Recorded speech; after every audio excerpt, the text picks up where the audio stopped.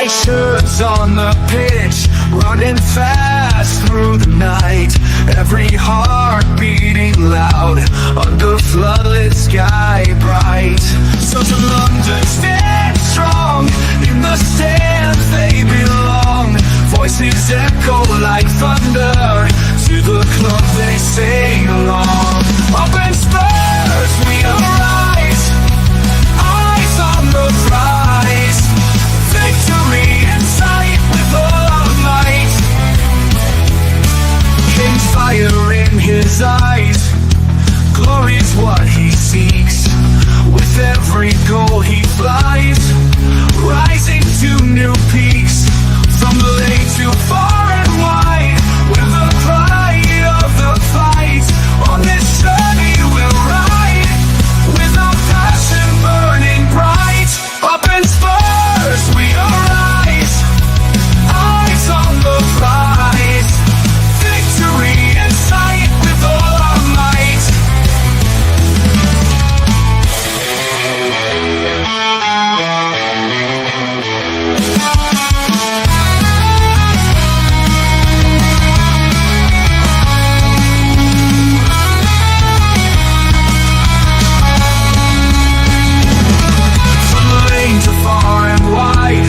The pride of the fight.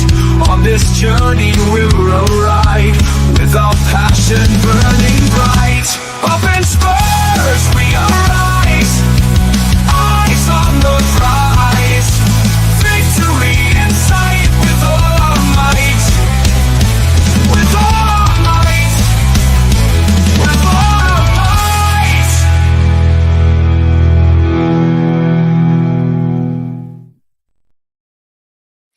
Hi, good evening, and welcome to the greatest show on earth. This is THFC Till I Die, home of Tottenham past, present, and the exciting future on the mightiest team around in North London. No, we're not talking about them South London rejects that came into North London because they built their stadium on a sewer. I mean, please tell me, who in their right mind does build a stadium on the sewer, James? I mean, come on. I don't know. I don't know. Only them can build their stadium on a sewer. Yeah. And then they were wondering why they weren't making any money. So, yeah. And do not get me started on how it was all rigged, how they got into the first division. Anyway, that's another story in itself. Yeah.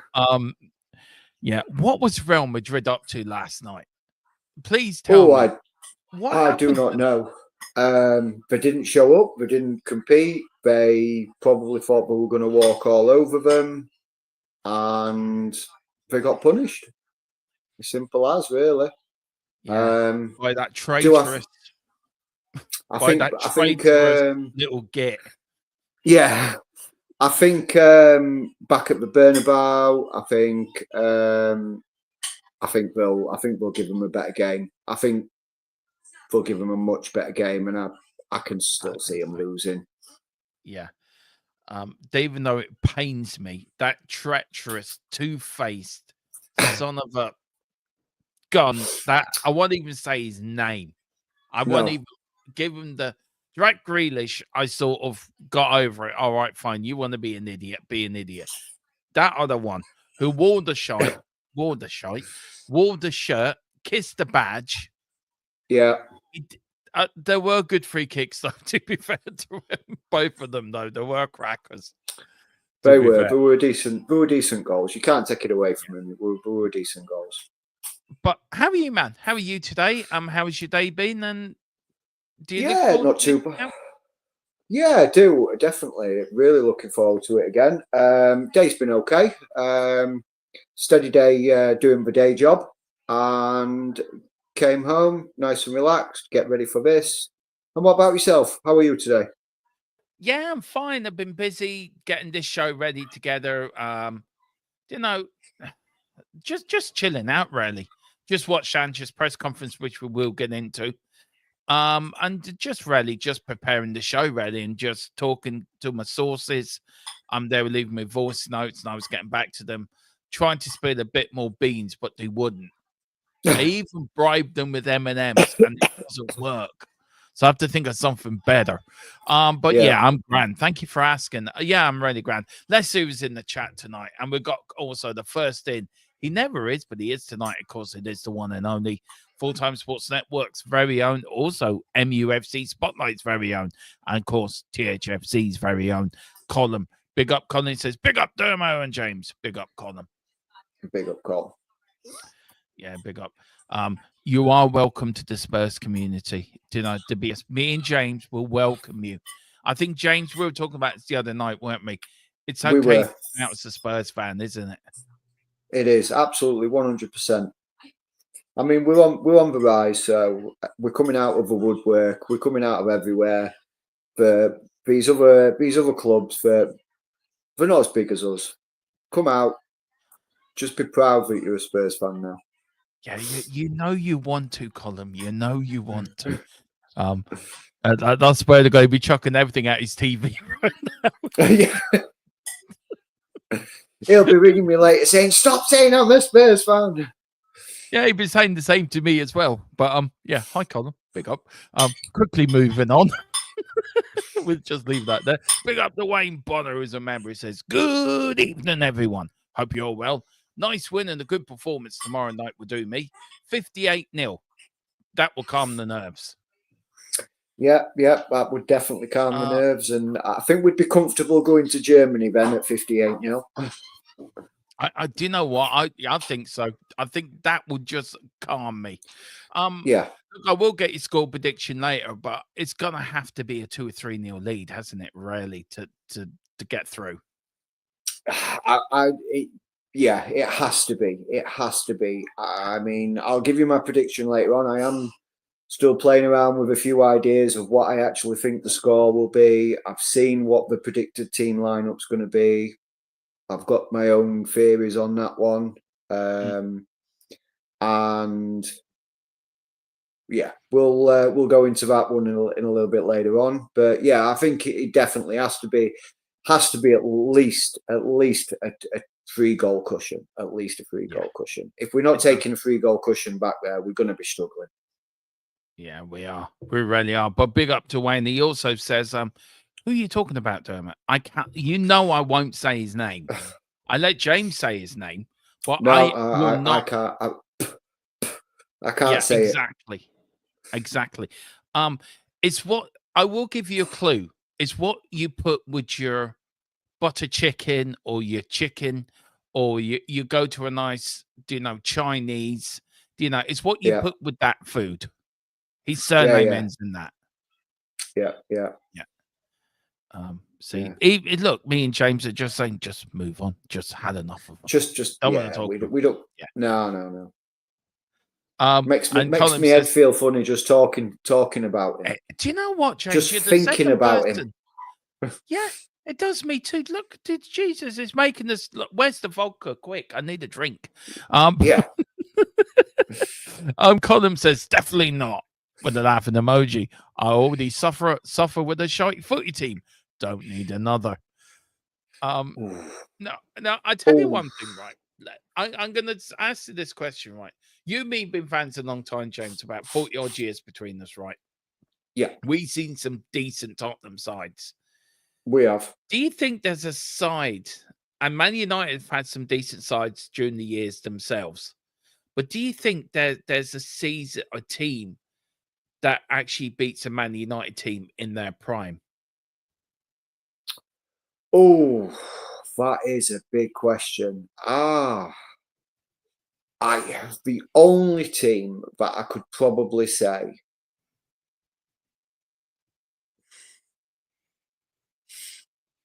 you'd have to, and I know they lost last night. But the only team that I can say currently that I think that would give them a really good game, I'd have to say Real Madrid. I think them. I mean, Paris Saint-Germain maybe, but again, they're too. Look, Paris Saint-Germain dominate the French league.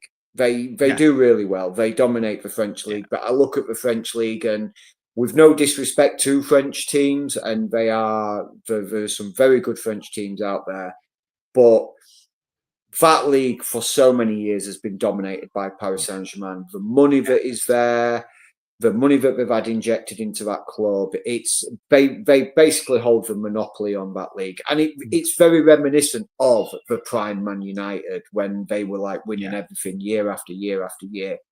That's Paris Saint-Germain.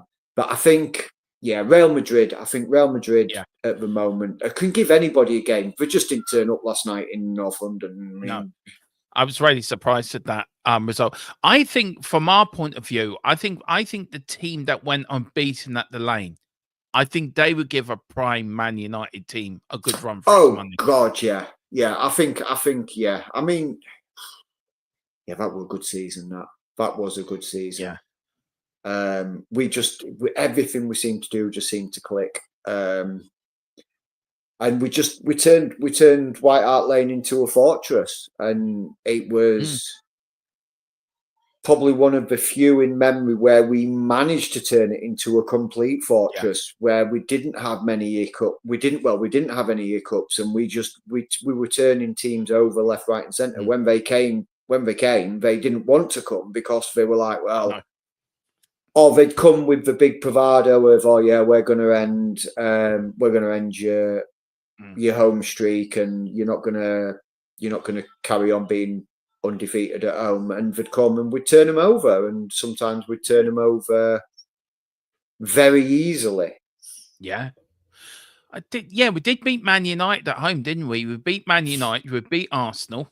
Yeah, I think beat Man United. Chelsea We beat Arsenal that season. Yes, I think we beat them 2-1. I think it was. Yeah, I think it was 2-1. Oh, the good old days. Yeah. Good old days. And then what we got now? A moaning manager who likes talking about mobile phones in press conferences. But anyway. Yes. Enough said. How times have changed. Yeah, definitely. Big up Colin as well. Big up. Great to see you in, man. And I know you said you might be back next week, but great to get you back on the channel. We got Wayne says, come on, Dermot. Yeah, no, you want to say his name. Go on. No, I do not want a cup of tea. Wayne, I'm sorry. I don't want a cup of tea. You can say go on all you want. I do not want a cup of tea. Thank you. No. If anyone doesn't get that, that is a Father Ted reference. What which about I think some is cake? One of the greatest. Yeah. It's got cocaine in it. I mean sugar. Yeah.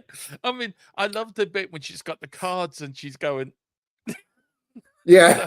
I think it's so funny. Yeah. Big up Chris Peters, big up Chris, evening Dermo and James, big up Chris, hope you're doing well, sir. We've got Boris in the house, big up Boris. It's honestly, Poch's Spurs on its day could give Prime United at side a decent go with it. I agree. I think they would have. I think they would do. Yeah. Certainly that Champions League final team. I think we were good that year as well. I think we were. I think we could have given them a good run. Yeah, we could. And considering one of the best Madrid sides lost 3-1 to us when CR7 was in his prime, that's true. Yeah, they did. That was an amazing game. I loved that game. I was like bouncing for days after that game. Yeah, it's funny. If we win tomorrow night, we're going to be really bouncing into the weekend. Like if we win tomorrow night and win it well, and know that the second leg is sort of we can go out there and even lose 1-0 and still qualify. We're going to be bouncing. I think if we win tomorrow night, we win the Europa League.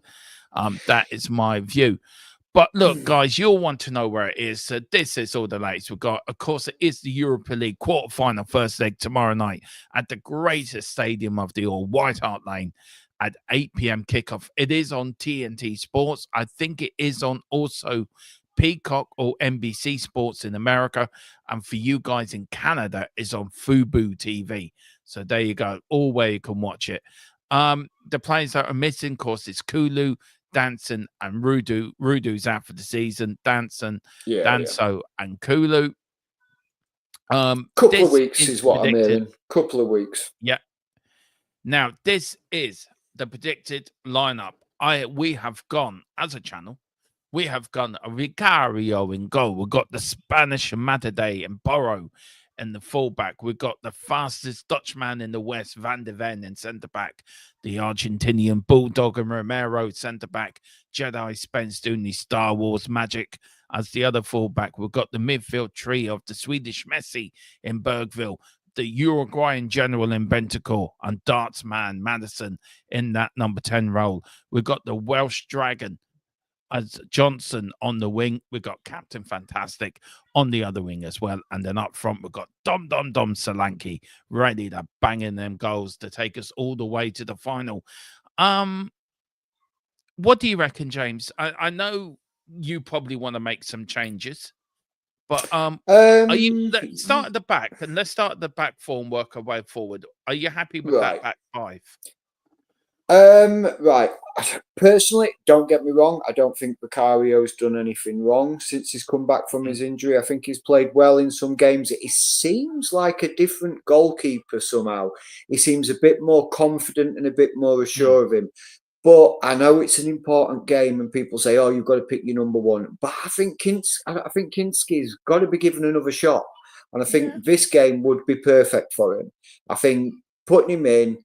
I mean, when we signed him, the first game we played, Liverpool, Carabao Cup, first leg, he was fantastic for us. He did not put a foot wrong. He was confident on the ball when the ball was played back to him.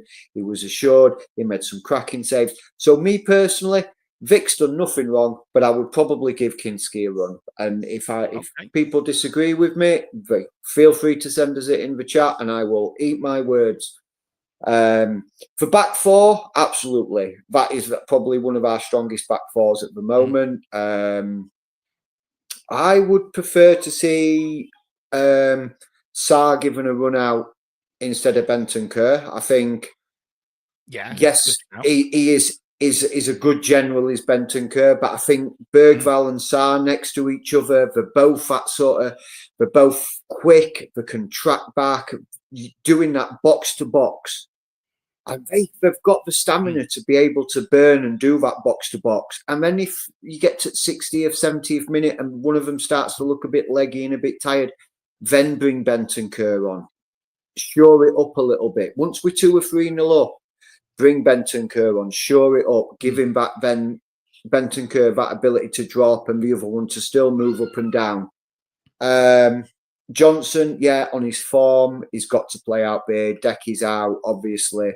So Johnson's got to start there. I love Madders being in that support role behind Big Dom. I think that's probably his better position. What I don't want to see from him, though, is dropping too deep to start to influence the play.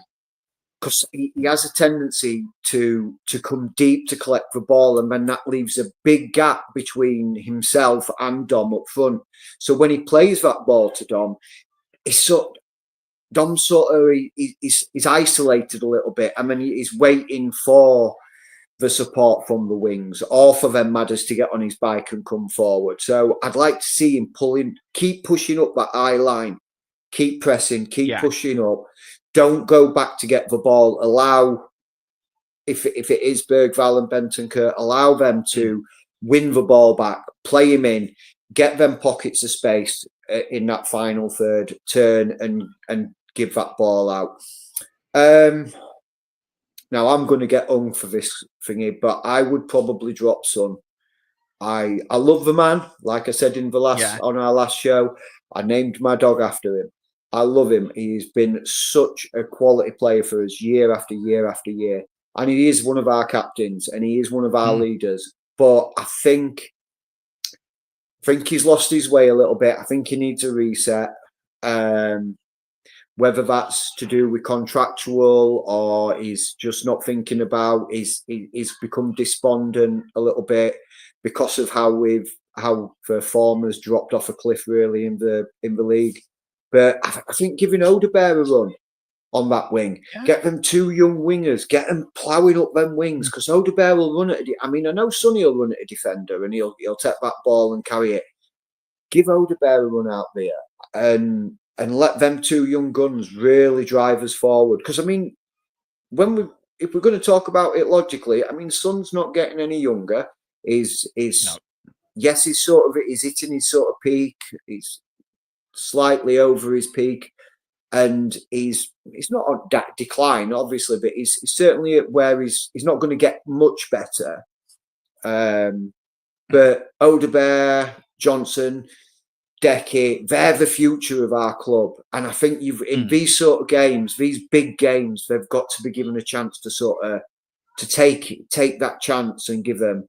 And I love Dom. I think he's a quality striker. I don't think he's done the full business for us this season. No, I would like to maybe. I mean, we've got him on loan for a reason. Let's give Tell a run. He knows the Germans. He's played out in Germany. He knows the German leagues. He knows how they've set up. Give him a go. Let him have a shot at it. Give him the first half. If it's not going well, take him off and give Dom a run for the second half. And that way, it's not Dom doing another 70, 80 minutes and then giving Tell 5-10 minutes at end of a game and burning Dom out. He has just come back from injury as Dom, and we don't want him getting crocked again. And then we out in for rest at season for running, and then we're relying on Tell or Sonny through the middle, and we're then struggling with it. So I think maybe, give Tell a run out up front. That'd be my personal 11 anyway. Yeah, look, I think you made some very good shouts there. Look, I think also that midfield, Papa Sarr does give you that goal threat. And I think he gives you more of a go threat than Bentancur does. But I think with the Germans, I think you've got to have a defensive number 6 in there that's going to sit in front of the back 4 and just protect them, because Romero, as good as he is capable of making a cock up now and again. And you look against Southampton, or was it Chelsea, the first chance Chelsea had when they put the against ball Chelsea, totally, absolutely spread our defense wide open. Look, I agree with you with Sonny. Why I put him in there, I think just for experience at home, but I think you're probably right with the youngsters down the wing, Odegaard and Johnson, get them going. So I think that's a very good point. Tell hasn't impressed me.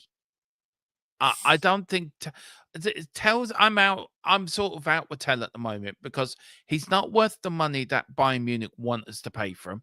I don't think he's worth that.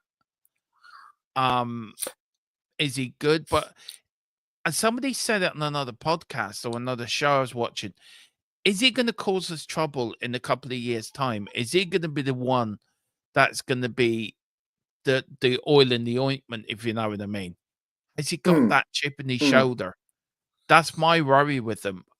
What do you think? Do you agree with that, or do you think, am I looking at it a little bit? Nah, he's going to be fine, and he'll be a player for us. But is he worth that money also? So I think the price tag that Bayern Munich have put on him is because of the potential. I mean, we've got to think. We're talking about a kid. We're talking about a very young man here. What is he? 19, nearly 20. Yeah. He's still young. He's still very raw. But when you see when you saw him playing, and I've certainly seen him playing, and he's on when he's on his game. I think he's probably one of the more exciting attacking players in the world right now. So I think Bayern Munich's valuation of him is on the potential of what he could become, because I think with him, what he needs TLC. So he went to Bayern Munich. He went to a big club in Bayern Munich, and I think he was expecting to walk into the starting 11 and basically be the main man there. And it didn't quite pan out for him. And again, because of his age and because he's young, he should be more professional. Absolutely, he should be more professional. But I think it affected him. And I think his confidence got blown out of the water. And certainly in the January window, when we started looking at it, And when the reports first came out that we were looking at him, I was really excited about it. I was like, yeah, this kid is phenomenal. I've seen him playing. He looks amazing. I think he'd be a really good acquisition, a really, really good acquisition for us. And I think he's coming to, he came to us while we were in the midst of our injury crisis. And I think, again, he thought he was going to be able to just walk straight into our team. But because I think it was sort of the architecture of his own sort of demise, really, with Spurs, because he said no and then he changed his mind. So that's got a few fans back up. To be fair, they were like, well, if you didn't want to come to us, don't come to us. Then we don't want you. But because of the delay in the initial approach that we had, and then when he finally did sign for us, the time gap between that initial approach and when he did sign for us, we'd got Dom back, or we'd got Richie back, and it then sort of, we didn't need him as desperately as what we did. If he'd have come to us at start of January window, when we were first rumoured to be going for him, or middle of January, sorry, when we first were originally going to go for it, then I think it would have been coming straight into the team. He would have had more time to acclimatise to the Premier League, get to know his teammates better, get to know the system better, and he'd have had more and more game time. And I think it would have clicked for him. Whereas when he came, like I say, we had Rich came back, Dom was near enough fit again, and yes, he got the nod. What was it in the? I think it was the FA Cup. He got the nod. Yeah, and he scored a goal, didn't he, against Villa? Yes, and I just think, I thought, honestly, when he scored that goal, I thought, right, he's going to kick. That'll give him a bit of confidence. He'll kick on a bit, but then Postecoglou, we didn't use him. He didn't seem to get out, or he'd get bit parts in games, and I just think, and then when he did get a start, it was against teams where they nullified our attacking threat, and the service wasn't there for him. So then you've got a player who's not getting the service, he's not scoring. It's going to affect your confidence even more, and then he looks very average because he's not getting the service. And that's why I think if you had that front three or front four of Johnson, Maddison, Odegaard, Tell, you've got three young, hungry players, and Madder's been able to splay that ball around. I think it would give him a bit more confidence. Yeah. I mean, you look at, I mean, I'm just looking up his things here, his stats here for the season. Whereas his career stats like, and before he came to us this season, he had 8 appearances for Bayern Munich, never scored at all. 3 appearances in the cups, didn't score as well. He's only in 60 appearances for Bayern Munich. He's only scored 12 times, and he's only scored 2 goals in cup competitions. In the after 6 appearances. The only time he had any prolific sort of scored was when he started with Rennes B. He scored 6 appearances and 6 goals. Look, for me, he's more of a winger than a striker. So did Tottenham again mess up when we know we needed a striker to help Dom out? Again, we've gone for another winger because we've tried Sonny up front. That doesn't work. We've tried Tell up front. It doesn't work. The only thing we haven't tried is Brendan Johnson up front. We might as well give that a go. Yeah, we've even tried Decky up front, haven't we? Striker. Yeah, we do. We need an out-and-out goal scorer. I think with the thing is with Tell is because he can play on the left and he can play on the right, and he can play through the middle. He can play up front. So I think what it was is because of the amount of injuries we had, I think it was the versatility that attracted us to us more than anything. I do think that, and the ability for him to go on the right, go on the left, go up front. I think that was what was more attractive rather than his stats. I think we were more attracted to his versatility. Yeah. Just very quickly, Colin says, because Teller's young and got loads of development to do. However, why you sign him is beyond me. He was never going to be the striker. And it's just the point we've just made. He was never going to be that striker. Again, and that questions Lang's ability to do it, to get a striker in. I mean, are the recruitment team, I mean, I want to ask you a question like, do the recruitment team actually listen to Ange Postecoglou? Or do they think you're going to have this player? This is what you're getting. Get on with it. Make it work. That is a question, Dermo. That is a question. I think now, you see, I am not a big fan of directors of football, and I mean, there is some really good ones out there, or head of recruitment, or head of football operations. I'm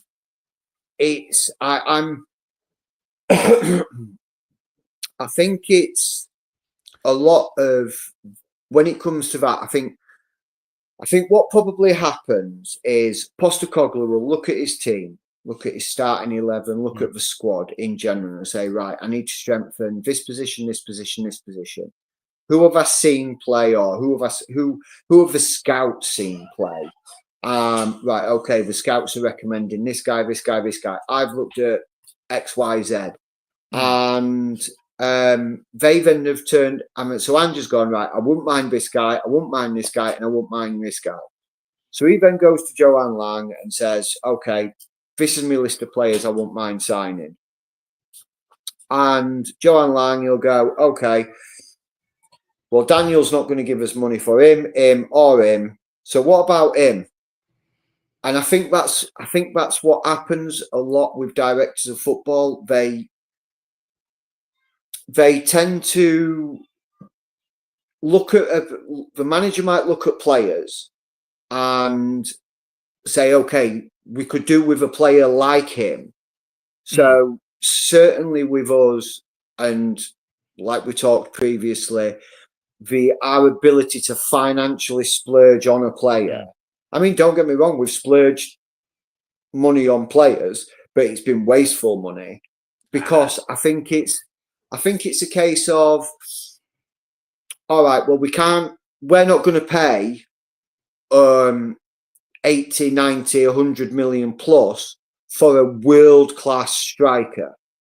So, all right, we'll go for not a world-class striker who's classified as an elite striker, or a elite Premiership striker, or an elite European striker. Okay, right, what are they quoting? Or they're quoting 110, 120 million. All right, well, we're not going to pay that. So who's a top quality striker? Who's doing it for the business in their teams? All right, so you look at, then we go back to Dom was a prime example. Richarlison.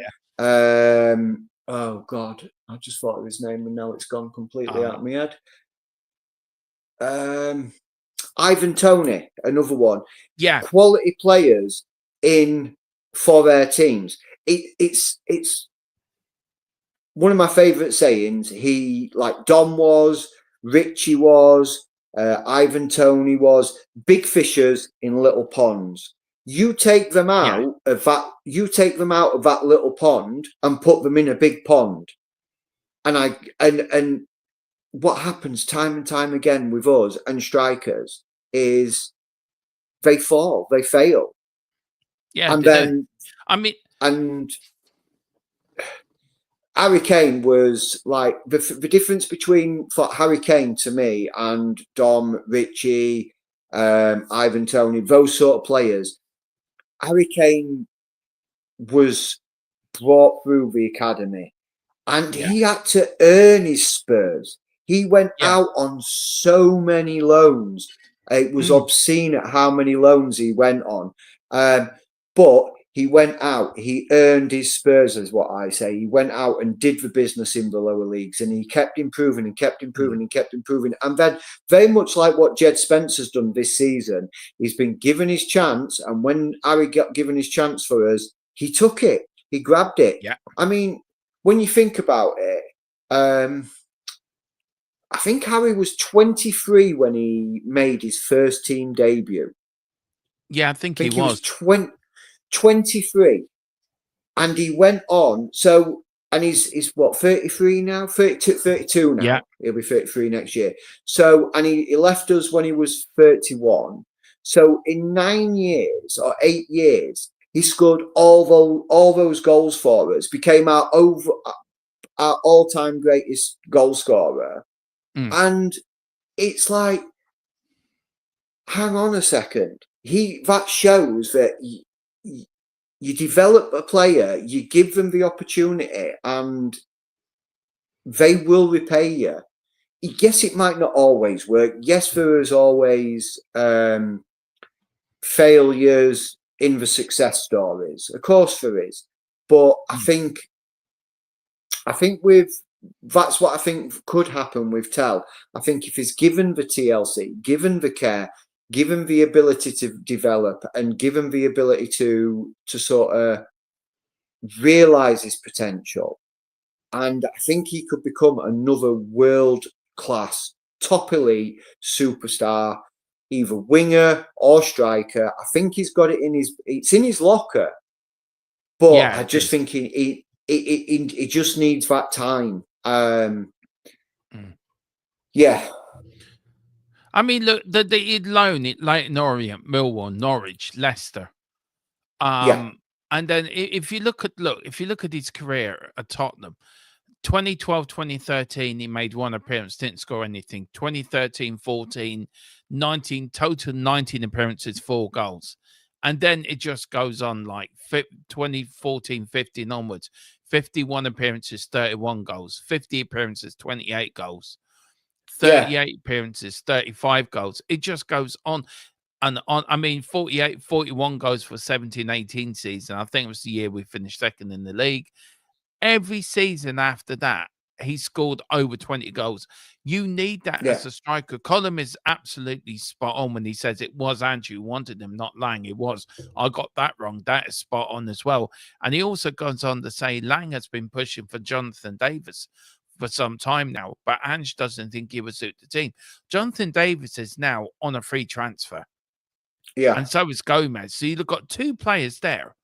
If Ange does leave, and we get a new manager in, I think them 2 players would suit us very well. Eze's another one as well. I think Eze has been rumoured to become into Tottenham as well to replace Sonny. So there's 3 players. But look, for me, I don't think Bayern Munich want 50 million for Tell. He's not worth 50 million. I'm sorry. Well, it's 45, isn't it, that we've got the option on, because it's for 5 million in the loan fee, and then the 45 in. No, I don't. I would comfortably pay 30 to 40. Yeah. Because I think again. Man. Yeah, sorry, I didn't mean to interrupt you. Sorry, but I just want to get this what's in my head. I tell you what, man, I just think the transfer window's gone balmy. Oh God, yeah. It's gone out of control. There is a salary cap coming in to next season, I think, and that must be to Daniel Levy's either next season or the season after. The salary cap coming in. That's music to Levy's ears. Oh, of course it is, yeah. Yeah, because he can then turn around and say, "Well, I've set Tottenham up perfectly. I've set them up perfectly. We haven't breached. We're not thinking." But again, it's what you'll find, and I mean, you might agree with me on this, Dermo, or not. Is what you'll find is that yes, there'll be a salary cap, but then what clubs will do is they'll offer them the top that they can. But then they'll just load it with bonuses. Like, you score 5 goals, we'll give you an extra this. You score 10 goals, we'll give you this.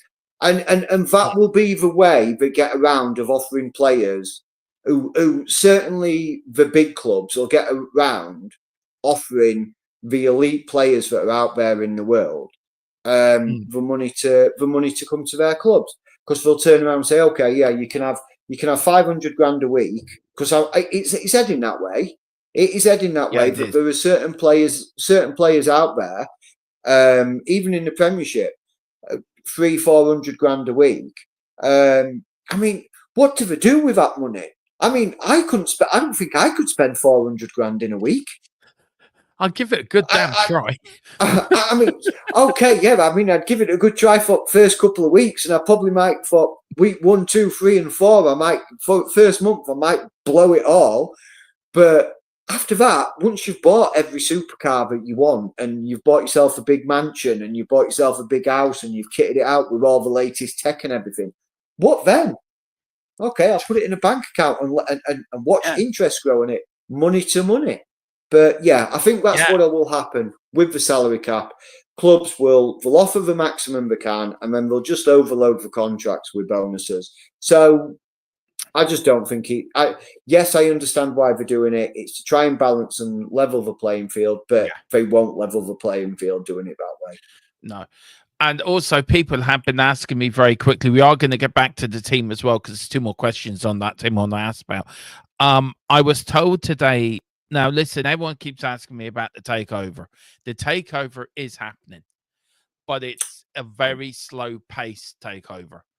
I can't go into much details, but it will happen. It seemed to have.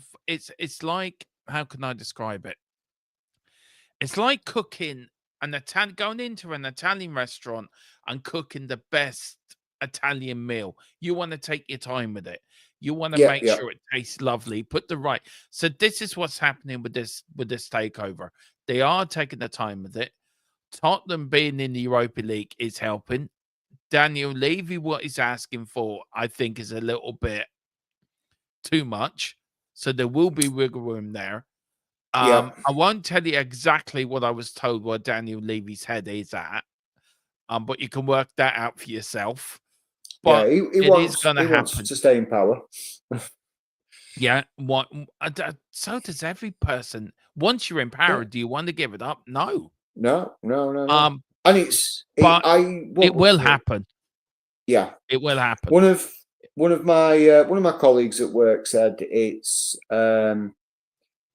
why would Daniel Levy step aside when he's making so much money from the job and the position he's in? Why would he?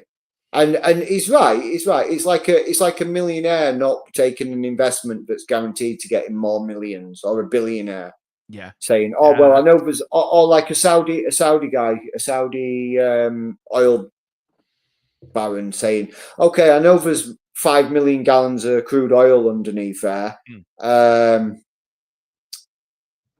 But I'm not going to dig that well because I've got 500 billion sat in bank. Of course, he's going to dig it. He's going to make even more money. So it's Daniel Levy's not going to want to step aside from it. Whether or not with the takeover, I'm hoping. What I've certainly been reading is that, with regards to the takeover, is that yes, they're willing to keep him at the club, but not in the position that he's in at the moment. Yeah, I've been told it's going to be an advisory role to help guide the new owners, and I think that's the perfect role.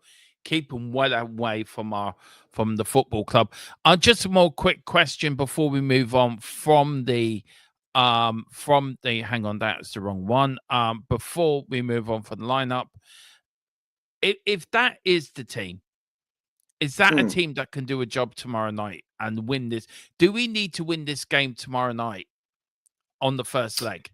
Because we can't. I have got other stats to back this up, but we definitely have to win it tomorrow night, don't we? I'm not confident that going to Frankfurt, and because they're mental over there. Frankfurt are absolutely mental. They're having a very good season. I think they're third in the Bundesliga at the moment. I think they are a quality team and they've got quality players. If we only beat them 1-0 tomorrow, I can't see it going well in Germany. No. I think it has to be. We have to really put them to the sword. I think that team is capable of it. If that's the starting 11, I wouldn't be unhappy with that starting 11. Mm. But what I would want is every one of that starting 11 to turn up and to bust a gut and to leave nothing out on that field. I want to see them crawling off the pitch at the full time whistle because they've damn near run themselves into the ground. Yeah, no, I agree. That you look at the Europa League, they did finish 5th in that. Just behind us by a point. Yeah. I, look, I think tomorrow night is vital.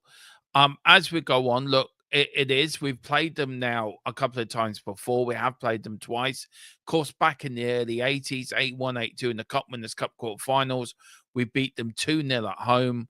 We lost 2-1 away, but we did win 3-2 on aggregate to get through to the semi-final. Of course, we did lose to Barcelona in that semi-final, which I think if we beaten Barcelona, I think we would have won that Cup Winners' Cup.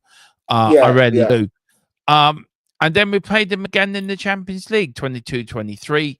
We won 3-2 at home and we drew 0-0 away. I tell you what, I would take that. If that's how we get through to the semi-final, I would take that tomorrow. I would say I'd bite your hand off for that. Yeah, I would take either of those results tomorrow and the 2 week after, or 2 week or 3 week. I can't remember. No, it's a week after. It's a week after. Is it the week after? Oh, yeah, okay. It's actually the day before Good Friday. Yeah, it's the day before Good Friday. Yeah. So yeah, I mean, I would take either of those results. 100%. I take a 2-0 lead at home. Even going away and losing 2-1, I'd take it. Yeah. And also a European record. We played them 4 times, 1-2, drawn 1, lost 1, scored 6, only conceded 4.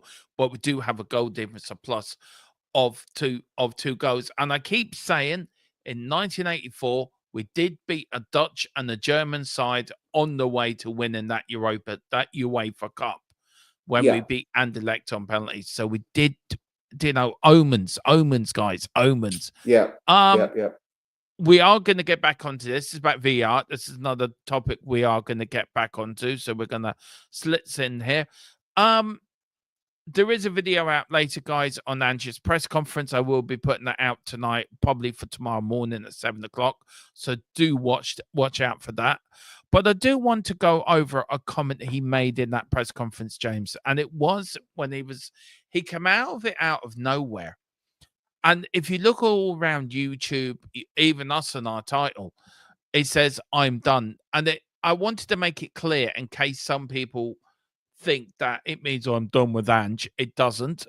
It was said in the press conference, and that is, he said, I'm done. It was said, and the thing was, I think someone wrote in that, even if we win it, I'm gone anyway.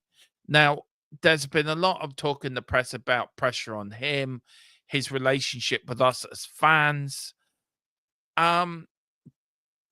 I've watched a lot of ANGE press conference. They were always a good watch. Yeah. But some of the questions, some of them reports are asking him are absolutely diabolical. I mean, one asked him, James, saying, how do you feel to be Arsenal's whipping boys?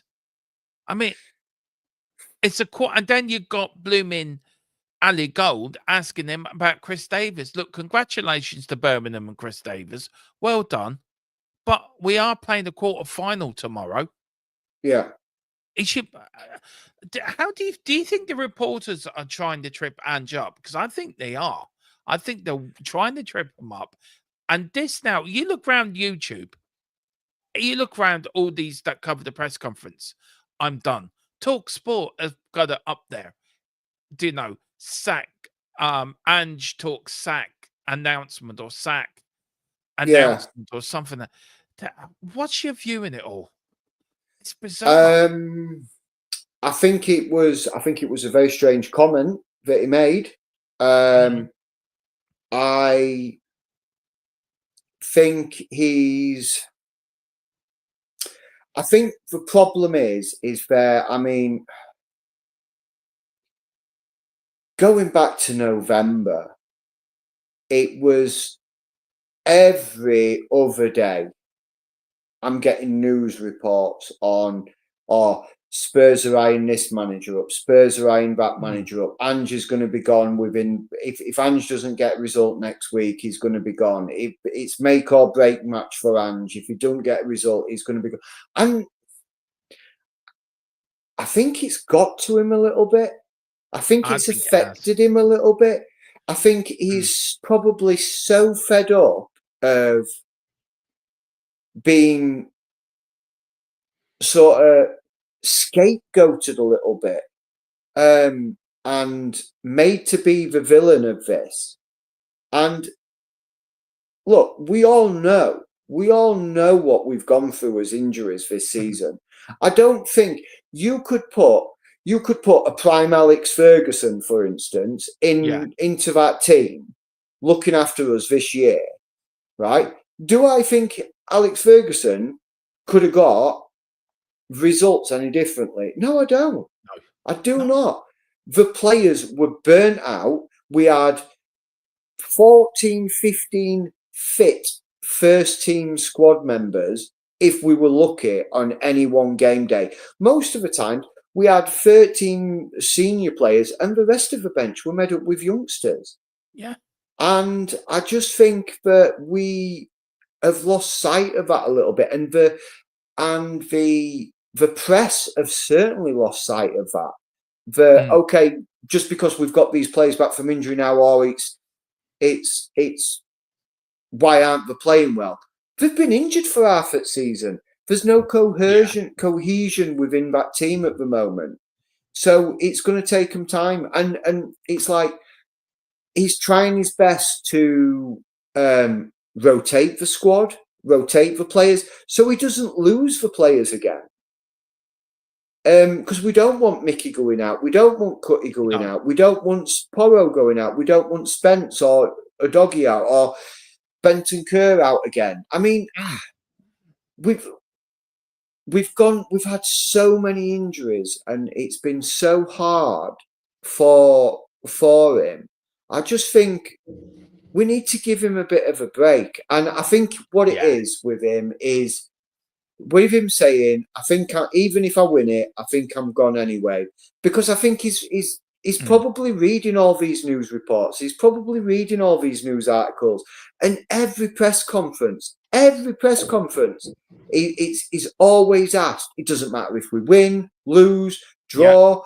He's always asked, do you think this could be the end of the road for you? Do you think this is going to be the end of the road? You've had another bad result. Do you think this is going to be, what's your relationship like with Daniel Levy? Do you think he's going to continue to back you? That's not for him to answer. His answers are what happens on that football pitch. He openly admits when he gets it wrong. I got it wrong, mate. I should have done this. I got it wrong. But he wants his team to play a certain way. You know, Dermo, you followed him when he was the Celtic manager. You know, he is very sort of, it's not rigid in his way of thinking. He's stubborn. But he's very stubborn and he wants his team to play his football his way. But you tell me a manager that doesn't want their football team to play his football their way. Look at Jose Mourinho. Yeah, exactly. Defensive-minded manager. Yeah. Was at Chelsea, managed to pull it off perfectly and brilliantly. And how many times you saw them? You didn't see them going out and scoring 6-7 and winning games 6-7-0. No, 1-0, 2-0. And then sitting back and thinking, he came to Spurs, tried to do that, and we didn't have a defence to be able to do that. There's a question to that also. It goes back to the Levy backing these managers and backing them with the players that suit their system. If he brought the players in, I know we spent over $1 billion, I think I read, in the whole Enoch and Levy sort of tenure. Yeah, just short. Yeah, but you look at Chelsea in the last 3-year or 4-year period, they spent nearly $2 billion. Yeah. You look at Man City or Man United, they've spent nearly $1 billion. Yeah. in a short space of time. We have bought bad players, but we've put bad people in positions to buy them players. So Yeah. you We look at have. a Steve Hitchen, you look at Paul Yeah. Mitchell was a decent director of football or sporting Yeah. director. Then you put Yeah. Steve Well. Hitchen in, who was everyone's best mate, going out the curries with the players, all chumming up to them. You've got Paratici who had to come in and rip the club apart and start Yeah. afresh. You look at our youth system now, producing talents, and the damn youngsters are absolutely killing it out and loan. You've got Mikey Moore, absolute Yeah. sensation, who should have got more game time. Yeah. He's You chomping look, at the bit. Is Mikey Moore? yeah. And the problem is, these young players won't stay around for too long. They're No. going to turn around and say, "Look, if I'm not getting game time, I'm going off here." And it's down to this is the problem I have. Lang did not give Ange the players. Ange is not. Ange is also to blame for some of the things he's done, some of the tactics, some of the substitutions. He has to take responsibility. The players have to take responsibility. Yeah. Levy has to take responsibility, and so does Lang and Scott Munn have to take Yeah. Yeah. responsibility. But where I do agree with you is this every week, and it felt like I think I said it to Colin or I said it to somebody. I just wish they pulled the band-aid off. If they're Yeah. going to sack him, just sack him for Christ's sake. Get it over Yeah. and done with. It's like Um. watching the slow death. Yeah. And you can see the life is being drained out of him with Yeah. regards to it. I mean, Daniel Levy is not of. He doesn't care where we are at what point in the season we are. If he's going to sack you, he's going to sack you. He sacked Jose Mourinho 2 or 3 days before the Carling Cup final or the Carabao Cup final. Do you know what I mean? Ridiculous moves. Why would you do that? You wouldn't. So, do I think he's going to get sacked? No, I don't think. I think his job's safe up until the end of the year.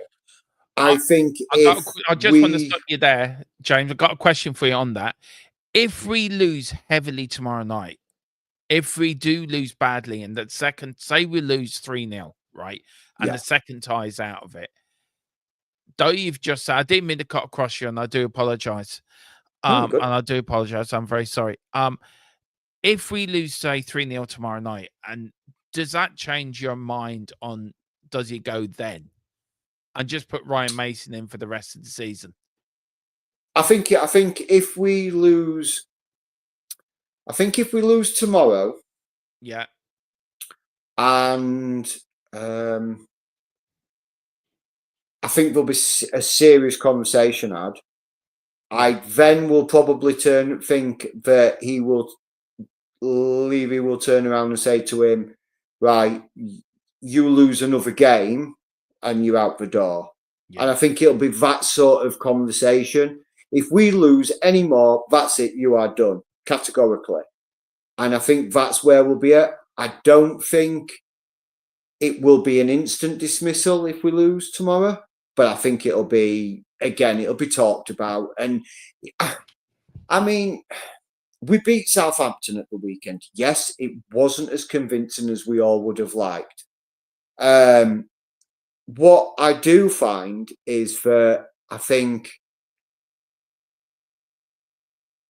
even then he was questioned about his, do you think you're going to lose your job? Do you think that was good enough? Do you think you're good enough? And like Colm's saying now, I've said for months, Ange's the man before the man. I think he could be, very well could be Colm, very well could be the man before the man. But you've got to give this man a chance. You get nowhere changing your manager year after year after year after year. Because what you get then... No, you get a squad full of players that were signed for different managers who play different styles, who are then confused about what their identity and what the identity of the football club that they're playing for is. So I think you've got to back him. You've got to draw a line in it and say, okay, yes, this is a bad season, Let's write this season off to a bad season. Let's back the man in the summer, give him what he needs, and then really push forward. Look, the only longer service managers at Tottenham under Levy has been Harry Redknapp and Pochettino. Yeah. Ange will be the first manager since Pochettino to last the second season, which is Yeah. mind-boggling in itself in the stat. But every It other really is. manager lasts 18 months. Ramos won us a trophy, got sacked early in the next season. Results weren't good enough. Fair enough. Glenn Hoddle. They sacked George Graham, who won us a League Cup, right? Yeah. And they sacked him. Brought in Glenn Hoddle. No disrespect to Glenn Hoddle. Genius as a footballer. As a manager for Tottenham, got us to one final. Didn't really pull out any trees. No. But every time we got a chance with Harry Redknapp or Pochettino, we didn't back the managers. And then he went down the road of, I tell you what, guys, we're going to go for the win now managers.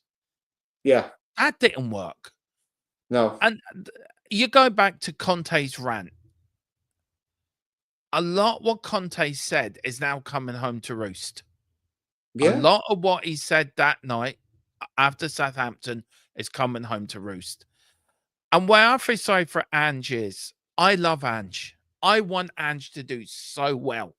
I want him to prove to everyone, I win something in my second season. And he didn't really say that. He was stating the fact. Everyone's taken this, I win something in my second season, as a statement. But he was stating the fact. Yeah, what he actually said was whatever club he managed in the second season, we won a trophy. Yeah. He didn't say, I'm going to win something in the second season. He just stated that wherever he's been managing in the second season, they've always won something. And also, all this Poch nonsense. I think Boris says, I feel the next manager is our next Poch will end up winning something, especially with this. I don't want Poch back at the football club. Pochettino didn't win us anything. No, we didn't. Damn all. He was a loser. He got us to finals. Yes, I grant you. He got us to second in the league. He muffed that up as well, by the way. We had a great run to it. We talked about it the other night. But I get criticized because I called Pochettino a loser. Was he a winner? No. No. Did he win anything? No. So the definition of a winner is winning trophies. The definition of being a runner-up and not winning anything is a loser. Yeah. But again, behind the scenes, again, Levy is the man that didn't provide the funds. It's not. I know this wasn't about tonight, and I'm glad we got onto this topic because it's a good topic to have. That people have to realize Daniel Levy is. You cannot blame 20-odd managers for failures of not. There is one failure, and that is Daniel Levy. It's like it's the common denominator, isn't it? It is. It is the common denominator. I want to ask you a question, right? Name me, and this is for the chat as well. And big up to Tequila as well. Big up. We've got Column here. I've got a few stars coming. David Clark, big up from Leicester. I hope you're doing well, sir. About VAR, we are going to get into that, and very quickly we're going to run for another 10 minutes, if that's okay with you, James. Yeah, I'm good. Yeah, we're going to quickly go over the transfer news we've got as well. Got a bit of news for you guys to keep your appetite, keep you wanting more.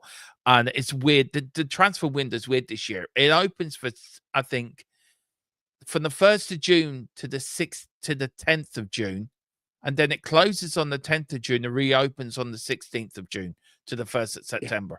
I don't get that. Why do it? For the club going into the World Club Championship. Oh, right, I see. And okay, so we've got to change the whole transfer market for clubs going into World Club Championship. Yeah, hang on. The clubs then went to the Premier League and said, we want it just for us. The Premier League went, sod you, it's for everyone.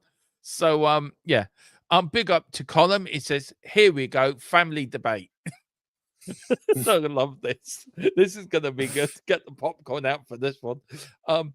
Ange has had the time. If Ten Hag can win 2 trophies in 2 years with a team that's significantly worse than you lot of players with mixed match of players, time's up. Do you know what? I actually thought of this question today. I got a question. I disagree with that. I disagree with it slightly in a way. I get where he's getting at. The question from that is Tottenham heading into a Ten Hag situation? I know he didn't win anything last year, but if he wins the Europa League, are we heading into a Ten Hag situation here where you got the likes of Tequila saying Ange is terrible, worst manager I have seen as a Spurs manager since Santini, brothers in arms. A big up Tequila. I mean, to be fair again to Tequila, he is stuck by this all season. I'll give him credit where credit due. He has not budged. He says, big up to the new laddie. Column, is that your cousin? We were telling them. Yeah, he's my cousin. Yeah. So how do you put up with Column when he tries to shoot anything out? I don't. I just ignore him. Just mute his phone calls. And then we've got David says, I blame Joe Lewis more than Levy because he's the real owner. That's the problem, isn't it?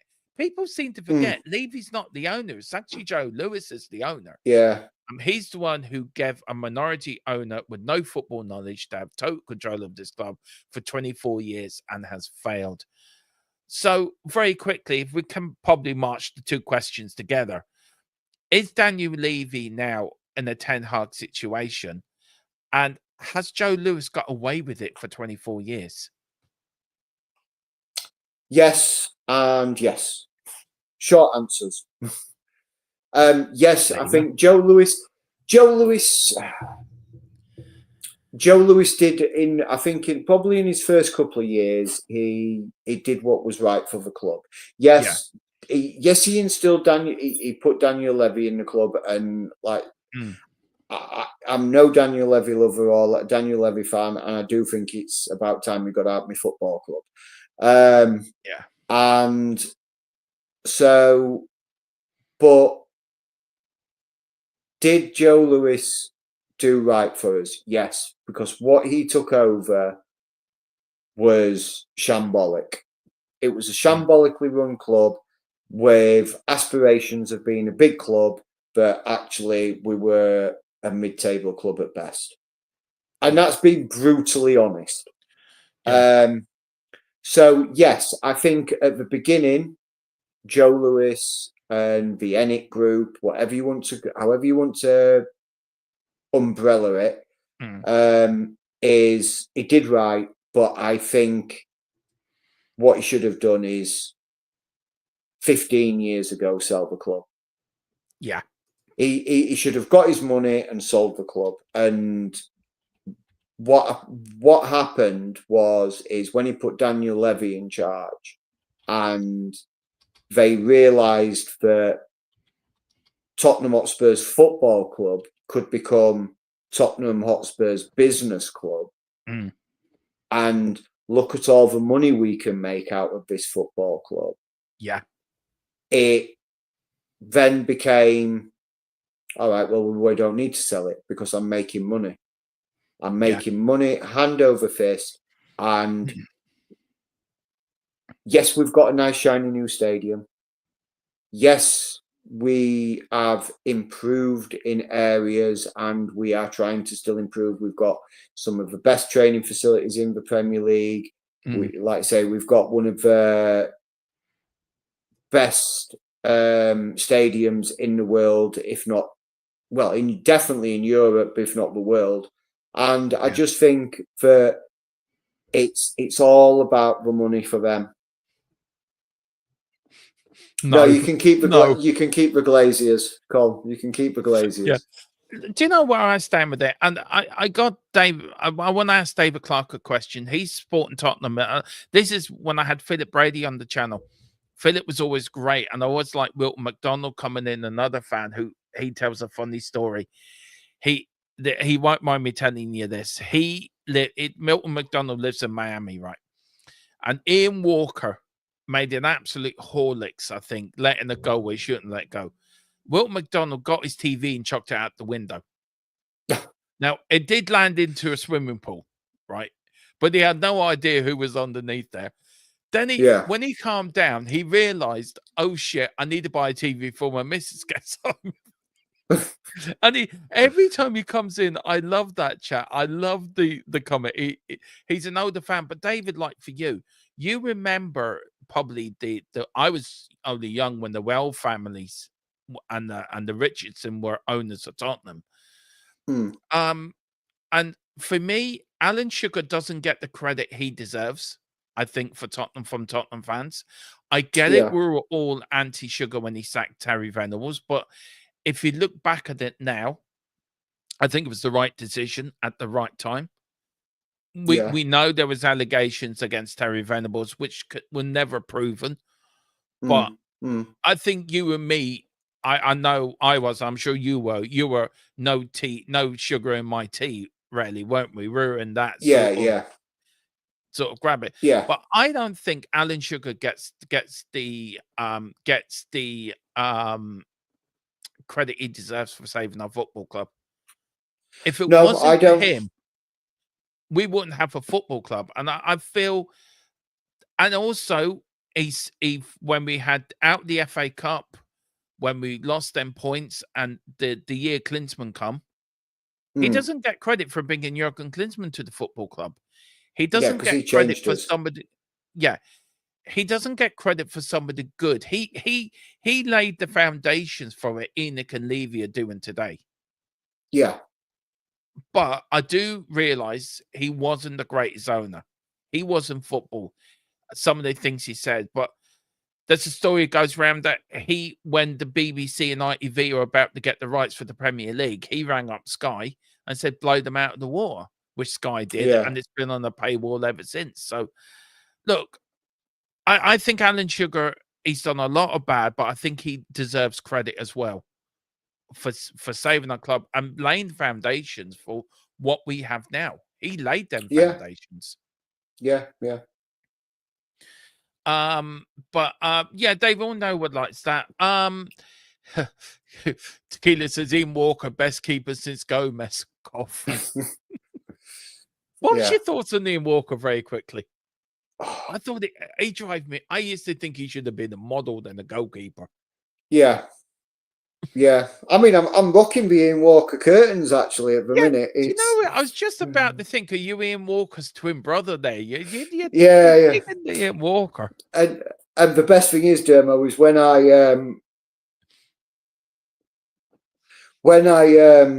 I used to play football as a younger man, I used to play in goal. So I was Ian Walker's. Some say you could be Ian Walker. Yeah. Some say. Maybe Colin's been holding out on us. Big up to Mick. Hi, Dermot. Went to the hospital today for an operation, waited 4 hours, and then cancelled. Jesus Christ. That's ridiculous. Yeah. That is absolutely ridiculous.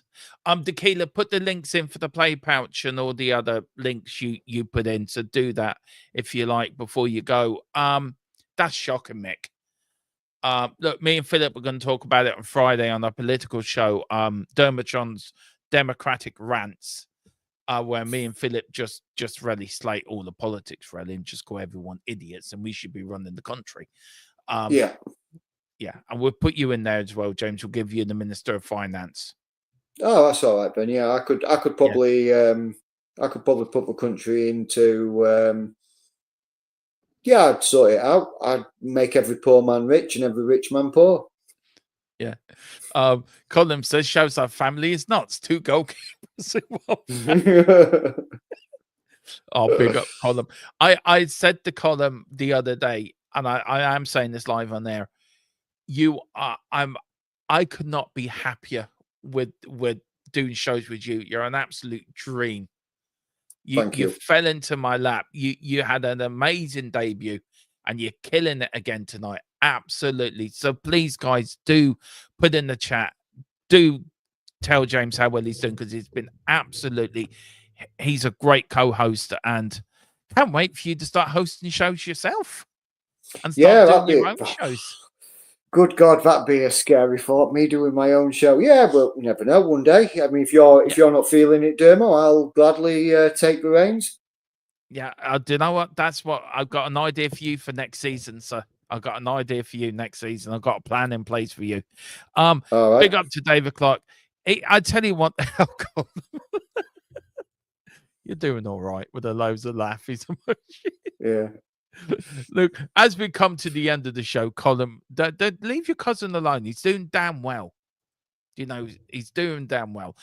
Just very quickly before we come to the end of the show, Terry Venables had no part in saving Spurs. No, he didn't. Sugar lent Venables the money to buy those shares. Then Sugar realized that Venables was a crook. We're having all them dodgy mates at the club. Yeah, I suppose. Might do a show in that, you and me, actually, on that. Because you and me can remember it, and I think it'd be worth talking about that, actually. Absolutely. I mean, controversy. I love a bit of controversy. Oh, yeah, I know you do. Well, we're going to get to that now. Transfers. Right. These are the transfer rumors we are getting. Now, these are very unlikely. Now, I have heard today, Mickey van der Ven,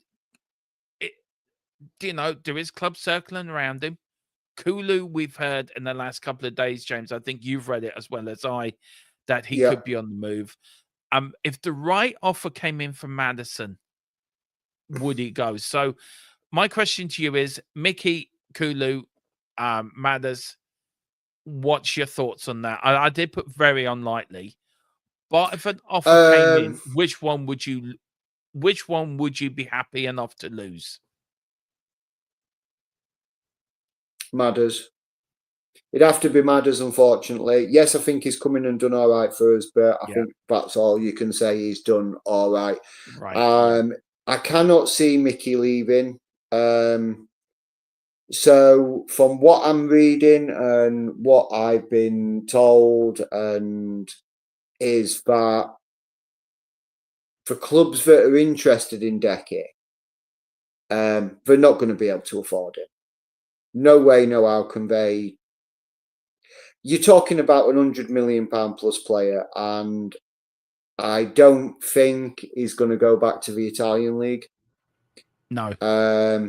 So I can't see that happening. I think probably out of a lot of I'd say Madders will probably more out of those three. Which one would I say is more likely to leave? And I'd probably say Madders. And I think it will be a team from abroad. I think it'll be either a German or a Spanish team, and they'll throw a bid in, probably similar to what we paid for him, and I think the club will snap their hands off at him before his value depreciates. Yeah, I agree with you. Look, Mickey's going nowhere. Kulu wouldn't surprise me if he went, actually. That would not surprise me. But Madders, if the right offer came in for Madders, I would say yes, thank you very much. When he was at Leicester, I wanted him at Tottenham. I thought he could do a grand job for us. But has he had the right players to play around? Have we played him in the right positions? Has he had a falling out with Ange Postecoglou? There's a combinations we don't know. I think there has been a bit of a falling out, to be fair. Yeah, I think so.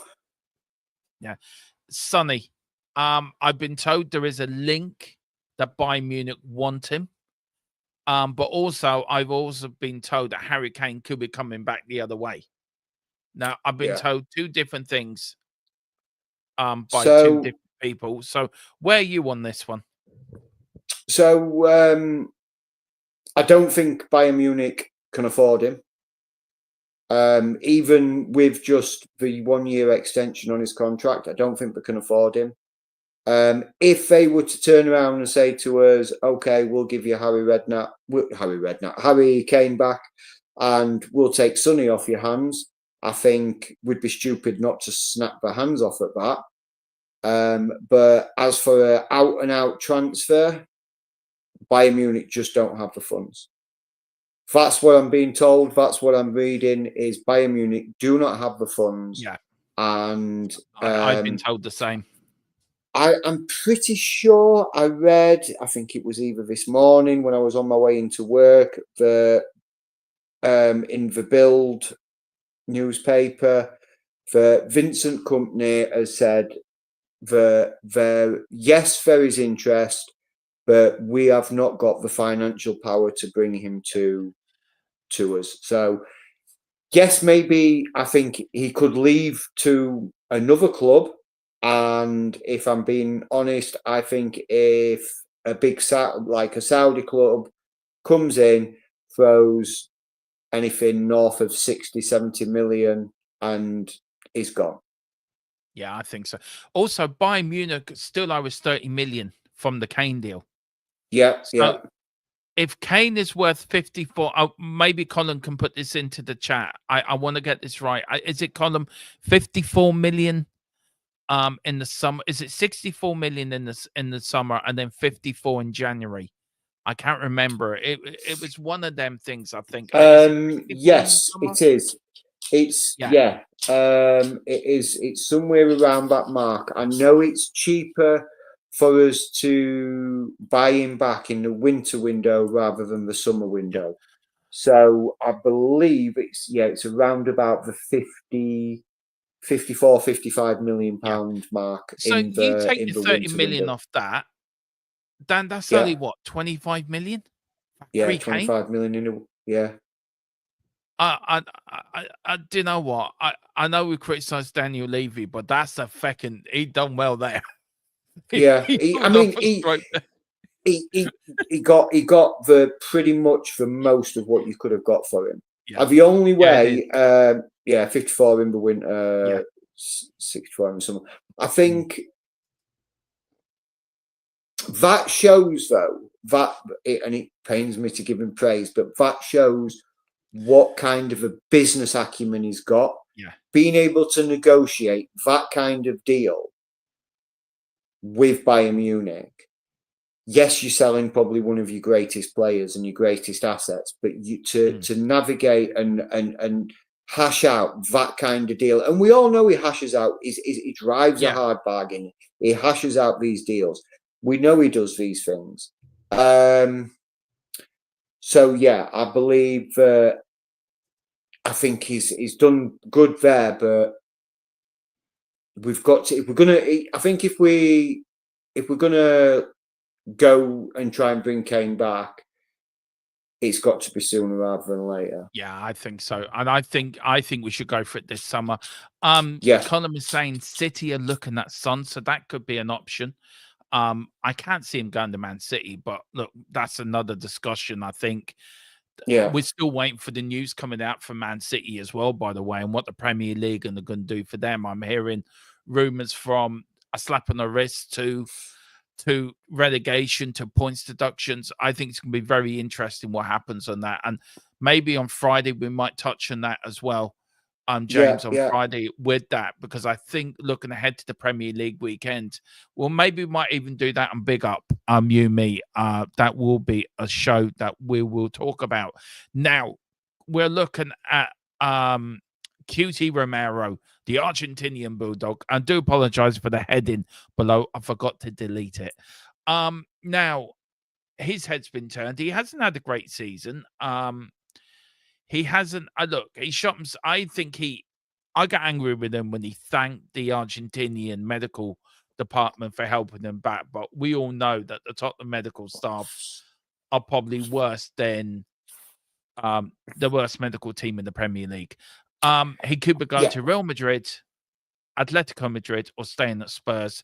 Just very quickly, because I'm pressed for time now. Very quickly, where do you think that might be happening? I put it as a might be.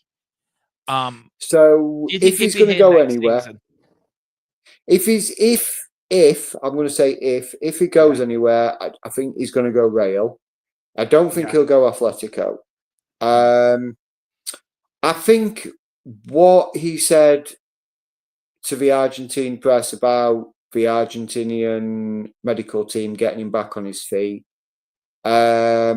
it was well documented that we sacked half of our medical team because they were misdiagnosing players' injuries, telling the manager that the player was fit and ready to come back, and they weren't. So, yes, tell the Argentinian medical team privately that you are glad that they got you back on your feet. Doing it publicly, not the greatest idea, but he's a human being. At the end of the day, we all make mistakes, so he's probably learned from that. He probably got a bit of a ticking off. But yeah, so if he's going to go anywhere, I would say he'll probably go to Real Madrid, but I think it's going to take one hell of a bid to get him out at club. I think so. But he did slag off the board, so fair play to him for that as well. Yeah. Big up, Cutty. Yeah, I love Cutie. Well, a lady that Mia that used to be on YouTube, we swear that Romero is in our dungeons somewhere. Her feeding them steaks. She absolutely loves Romero, does Mia, and it was like we swear it was a running joke that Romero is somewhere in our dungeon like all week. She only let him out for game day. We'll go for the right offer. We've got Richarlison, Basuma, and Radu. I've heard that I was told today that Radu, that Tottenham don't think he was good enough, and that a lot of clubs are circling around him. Basuma, I think there's been too much crap with him for the last couple of seasons. I think the balloon thing this season was enough for me. He hasn't put in shifts for me. And also Richarlison, I think he was a small fish in a big pond. He needs to go somewhere like an Everton, who are looking for a striker, by the way, because Kyrie Lewin's leaving in the summer. Burnley, probably a team that's coming up, probably a Leeds, somebody like that's coming up from the Championship. I think all three will go in the summer. I think them three are definitely gone, I think. Yeah, I mean, if you were asking me values of them, I would probably take 40 million hit on Richie. 20 million at best we'll be looking to get for him. Bissouma, I'll pay for his plane ticket wherever he wants to go. Plus balloon. Yeah. I feel for Radu. I do too. I think he's got the ability to be a quality defender. I think the problem is with Radu is he goes missing in games. Very much like Bissouma, he goes missing and he doesn't always put